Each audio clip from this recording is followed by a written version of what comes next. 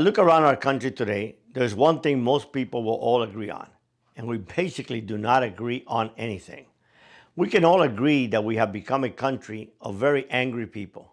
You know, you look around and Republicans are angry at Democrats, Democrats are angry at Republicans. Those who endorse some form of socialism are angry at capitalists. African Americans are angry at whites. And let's be honest, whites are angry at how they are portrayed by the African American community. In essence, we're living in the angriest of all times. But the longer that we allow anger to consume us, the greater the danger that will leave us very lasting scars. As we look around our workplace, our lives, it almost seems that everyone is also angry. They're angry about one thing or another. In our workplace, for example, our first reaction when something goes wrong is to get angry and do and say things that we later wish we could have taken them back. Yet, remember this, words once uttered are impossible to retract. As we look around our world today, there is so much hatred, division, are all logical outcomes of an angry society. So what do? Where will all this lead us to? Will anger resolve any of the many challenges everyday Americans are suffering? I don't think so. Will anger bring us good health care? Will anger bring us jobs back? Will anger resolve any of the pain that so many of us are suffering? You know, when I first started working with Manuel Garcia and his 4 partners, they were the only organized group importing roughly 85% of all the cocaine imported into America. They never called themselves the Medellin Drug Cartel.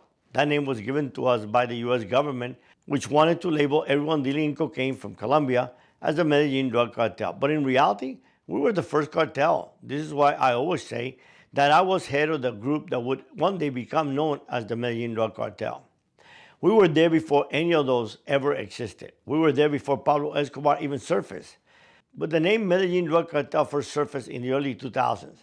The US government labeled Pablo Escobar as the leader, but the truth is that there were 5 major groups in Colombia at that time. Yes, at times they worked together, but for the majority, they were all independent. Pablo had his organization, Gacha had his, and every one of them had their own operation. They had their own distribution, their own suppliers, pilots, buyers, and even assassins. So how could a group so powerful that it brought an entire government down to its knees disappear in 10 to 15 years? One of the answers to me is anger. These were very powerful people, but instead of living in peace with each other, they were all very angry people. When you take a prideful person and give them a dose of anger, they become a horrific human being. You wonder what they had to be angry about. Was it because they would lose $1 million here or there? Surely not. They made that amount of money daily. God only knows what made each of them so angry. But it was their anger and their pride that prohibited them from forgiving anyone who trespassed or broke any of what they called their codes. There was no forgiveness. Money meant nothing to them. They made millions on a daily basis, however. They could not stand it when someone made them look bad and they got angry. They would fly off at the slightest provocation.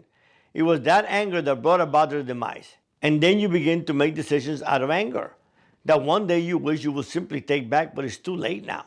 Words spoken can never be taken back. So as I look at those people that were very, very powerful and had everything that anyone ever dreamed of, and yet they were angry constantly, over what? God knows. But the truth was that if you look at the common denominator they all had, it was that. They were angry, they were prideful. So if we are to create a mindset that will be able to allow us to conquer things that people just can't imagine we can conquer, a mindset that will say there is no fear, a mindset that does not recognize I can't, but says, how can I? One of the things that we have to do, on top of building very positive character traits, is to deal with those character traits that destroy any positive that we do. See, we can be very faithful, but if we're angry, it just goes away. We can be very loving, but with just 1 second of anger, it destroys all the love that we worked years to give. So the truth of the matter is that unless we deal with the character flaws like anger and pride, eventually the mindset we create will be weak. Look around you and look at those people that are in worst situations in life. Look at those people that you look around and say, wow, what cars, what house, what a beautiful family. But deep down inside, they're miserable because they live a life of anger.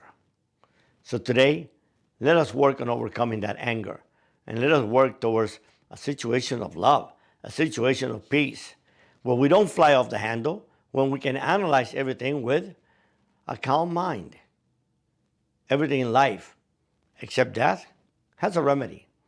There is no need to be angry. God bless you.